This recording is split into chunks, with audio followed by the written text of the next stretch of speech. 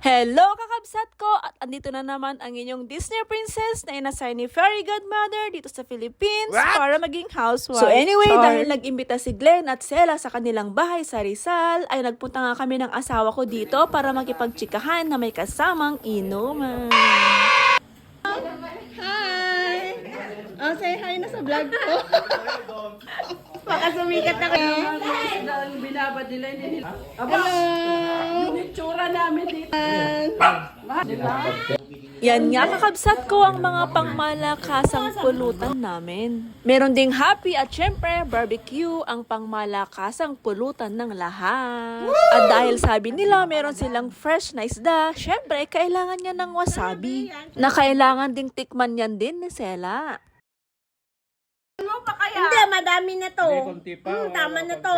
O, konti. Naamoy ko na. Arte mo man. Lagyan ko konti suka. Ganda mo agad.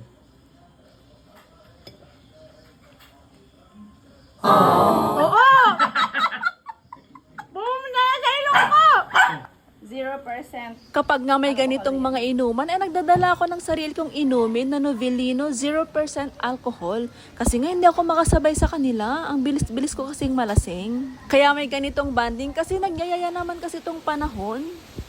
Ay siya, hindi na namin napansin ang oras sa dami ng tsikahan at chismisan namin. At ito na nga at kailangan na naming umuwi. Yayang!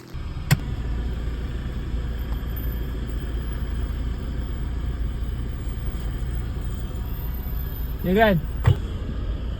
So that's all for today's video kakabsat ko. Thank you for watching. God bless you all. Bye!